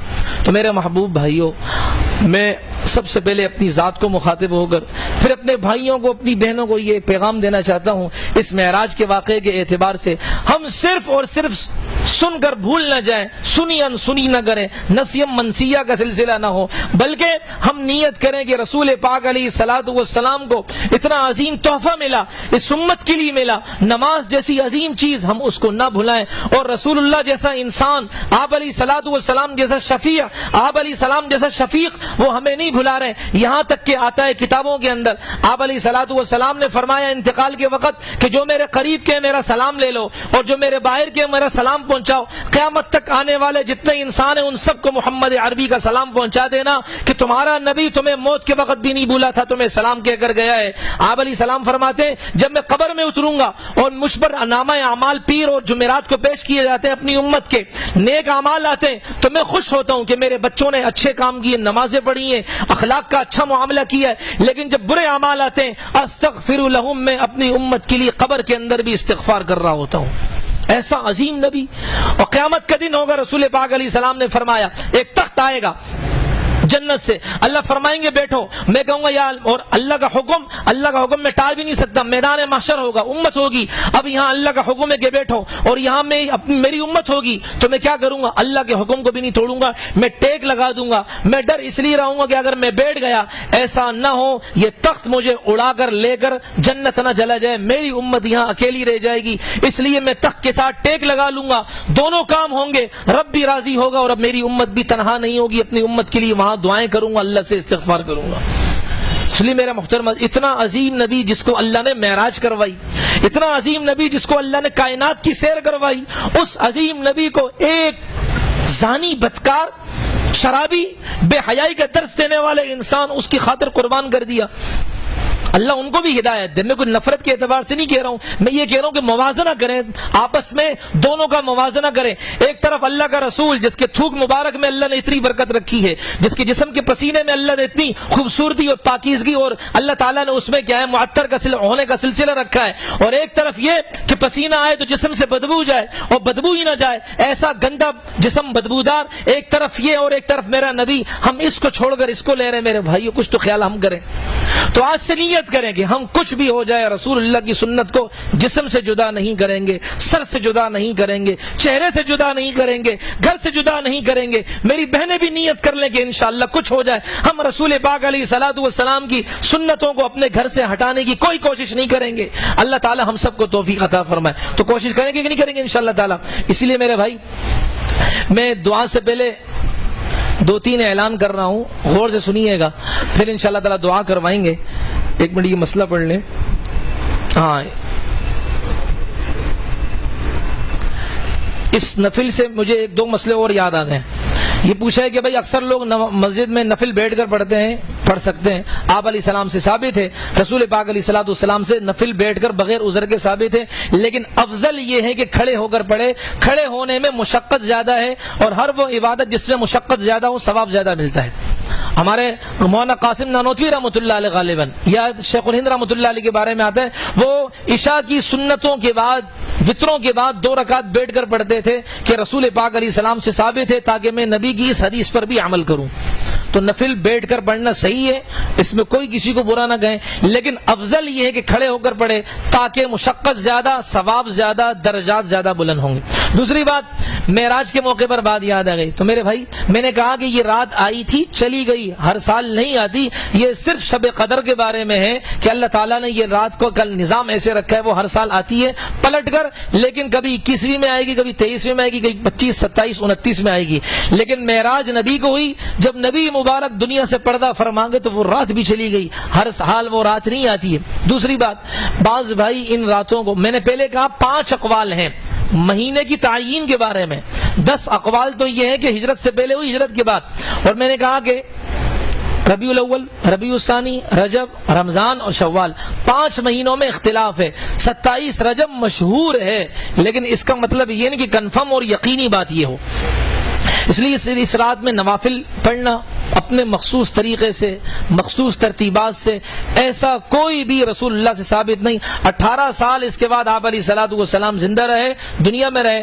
آپ علیہ السلام نے ایک دفعہ بھی شب معراج میں کوئی خاص انداز کی نمازیں، عبادات نہیں کی، ورنہ ایک دفعہ تو کر لیتے بھائی۔ آپ علیہ السلام کے بعد 100 سال تک صحابہ اس دنیا میں تشریف فرما تھے، لیکن کسی صحابی سے ایک روایت بھی نہیں ملتی کہ اس صحابی نے اس رات کو کوئی مخصوص عمل کیا ہو کہ ہمارے نبی اس رات کو گئے تھے اس لیے یہ مخصوص عمل کرنے سے درجات زیادہ ہیں۔ دوسری بات آپ کے سامنے میں یہ عرض کروں کہ روزہ رکھنے کا اہتمام، دیکھیں میں حدیث میرے پاس موجود ہے، گھر میں حوالہ بھی اس کا ہے، اب ذہن میں وہ الفاظ نہیں ہے۔ آپ علیہ الصلوۃ والسلام نے رجب کے روزے کی ممانعت فرمائی ہے، اور ممانعت کی شاید وجہ یہی ہو کہ لوگ 27 رجب کو کنفرم سمجھیں گے اور اگلے دن کے روزے کو ضروری اور اچھا اور مستحب اور افضل سمجھیں گے۔ جب ہمارے نبی سے کوئی بات ثابت نہیں، صحابی سے ثابت نہیں، تو ہم بھی انہی کی اتباع کرنے والے ہیں، ہم بھی انہی کے نام لیوا ہیں، ہم ان کی اتباع میں ہی اپنے لیے عافیت کا معاملہ اور نظام سمجھے، اس کے بغیر ہمارے لیے خسران ہے۔ ٹھیک ہے بھائی، اپنے گھر کی خواتین میں بھی یہ بات پھیلائیں۔ تو معراج کے بارے میں نے کچھ باتیں آپ کے سامنے عرض کی ہیں۔ اچھا، عجیب بات یاد آ گئی، اجازت ہے کر دوں بھائی؟ غیبت نہیں کرنا، ابھی غیبت کی برائیاں بیان کی ہیں میں نے، میری غیبت نہیں کرنا۔ پھر سوچ لیں کہ زمین، یہ کسی نے خیالی، زمین اور آسمان ان دونوں میں مناظرہ ہوا۔ آسمان نے کہا میں تجھ سے افضل ہوں۔ جی کیسے افضل ہو؟ زمین نے کہا اس لیے کہ کیا ہے، میں اس لیے افضل ہوں کہ اللہ کا عرش آسمانوں میں ہے۔ تو زمین نے کہا اور اللہ کی رحمت کے خزانے آسمانوں میں۔ زمین نے کہا وہاں رحمت کے خزینے ہیں، یہاں مدینے کے اندر محمد علیہ الصلوۃ والسلام کا دفینہ ہے، رسول پاک علیہ السلام کی قبر مبارک یہاں ہے۔ اس طرح مناظرہ ہوا۔ اس نے کہا جی یہاں اعمال جاتے ہیں، انہوں نے کہا پھر بھی محمد تو مدینے میں ہی ہے، محمد صلی اللہ علیہ وسلم تو مدینے میں ہے، زمین میں دفن ہے، کائنات کی عظیم ہستی یہاں ہے۔ تو پھر اللہ تبارک و تعالیٰ نے آسمان کی بیچارگی کو دیکھا کہ آسمان آخر میں دلائل کے اعتبار سے کمزور ہو گئے، تو اللہ تعالیٰ نے اس کو خوش کرنے کی، یہ ایک خیالی مفروضہ ہے، یہ کوئی حدیث نہیں ہے۔ کل کو سنے کہ آپ نے کہا کہ انہوں نے کہا بخاری شریف میں لکھا ہوا ہے، سمجھ میں آ رہی نہیں آ رہی؟ یہ بخاری شریف میں نہیں، یہ مسلم نے بیان کیا اس کو۔ مسلم میں مسلم ہوں نا، تو مسلم بیان کر رہا ہے کہ مسلم شریف کے اندر، یعنی کہ وہ جو مسجد اقصی چھپڑے والی ہے فی الحال، اس میں ایک مسلم نے کرسی پر بیٹھ کر یہ بیان کیا ہے کہ اللہ تعالیٰ نے پھر کیا کیا، اللہ نے آسمان کی لاج رکھنے کے لیے کیا کیا، رسول پاک علیہ السلام کے مبارک قدم معراج کروا کر آسمان میں لگا دیے، تاکہ آسمان کو بھی یہ اعزاز ہو کہ میرے پاس بھی اللہ کے حبیب آئے تھے، معراج کی رات تھی۔ سمجھ میں آ رہی بات نہیں آ رہی؟ اللہ تعالیٰ ہمیں عمل کی توفیق عطا فرمائے۔ ہاں ٹھیک، 1-2 اعلانات، بلکہ 3 اعلانات ہیں۔ ایک تو یہ کہ بھائی چونکہ خواتین بھی آتی ہیں، اللہ کا لاکھ لاکھ شکر ہے، الحمدللہ بھائی آتے ہیں، خواتین آتی ہیں، تو ان کی طرف سے کچھ پریشانی والے ایسے معاملات سامنے آ رہے ہیں، بیچاری پریشان ہو جاتی ہیں، اور یہ صرف وہ رش کی وجہ سے، ماشاءاللہ سب اچھے ہیں، سب ہمارے سر کے تاج ہیں، لیکن وہ راستہ محدود ہو جاتا ہے، مختصر ہو جاتا ہے، مائیں بہنیں ان کے لیے جانے میں تھوڑی دقت ہوتی ہے۔ تو آپ بھائیوں سے گزارش ہے، دعا کے بعد 5 منٹ آپ یہاں بیٹھیں اور نفل پڑھ لیں تو اچھا ہی ہے بھائی، تاکہ خواتین اپنے اپنے گھروں کو چلی جائیں، اس مدرسے سے چلی جائیں، پھر آپ بھائیوں سے گزارش ہے کہ آپ چلیں۔ تو ہر بیان میں یہ ترتیب بنائیں کہ دعا ختم ہو، دعا کے بعد پہلے خواتین جائیں، کیونکہ وہ خواتین ہیں، راستہ چھوٹا ہے، ان کو دقت پیش آتی ہے، تو ہمیں ان کی قدر کرنی چاہیے، کرتے بھی ہیں الحمدللہ۔ تو یہ کہ تاکہ وہ چلی جائیں، پھر آپ بھائی جائیں۔ ایک اعلان یہ ہے۔ دوسرا اعلان یہ ہے کہ انشاءاللہ اگلے اتوار کو درس نہیں ہوگا کہ میں روزے میں جا رہا ہوں، تو اللہ تعالیٰ مجھے توفیق عطا فرمائے. اور آپ بھائیوں سے بھی گزارش ہے کہ چھٹی آ رہی ہے، ہفتے کو بھی چھٹی، اتوار کو بھی، اور پیر کو ویسی 1 مئی ہے. تو آپ بھائیوں سے اس پورے مجمع سے گزارش ہے، عاجزانہ گزارش ہے، آپ بھائی بھی ضرور سے روزے میں تشریف لے جائیں گے نا انشاءاللہ. اور اپنی بہنوں سے بھی گزارش ہے کہ آپ بھی اپنے بھائیوں کو، اگر شادی شدہ ہیں، اپنے شوہروں کو تیار کریں تاکہ آپ کی برکت سے بھی گھر کے اندر اسلامی نظام نافذ ہو اور اللہ کے رسول علیہ السلام کے تذکرے ہوں. تو ان بہنوں سے بھی گزارش ہے کہ وہ بھی ترتیب بنائیں انشاءاللہ. اور اسی طریقے سے یہ 1-2 اعلانات تھے جو میرے ذہن میں تھے، تو یہ آپ بھائیوں سے گزارش ہے کہ دعا کے بعد ضرور کیا تھوڑی تشریف رکھیں. میرے تایا محترم ان کا آج انتقال ہوا ہے، تو آپ بھائیوں سے گزارش ہے کہ ان کے لیے دعا فرمائیں، اللہ ان کی مغفرت فرمائے. جتنے بھی مرحومین مرحومات ہیں سب کے لیے دعاؤں کا اہتمام کریں. اللہ تعالیٰ سب بھائیوں کی، سب بہنوں کی جو دنیا سے چلے گئے، اللہ سب کی مغفرت فرمائے.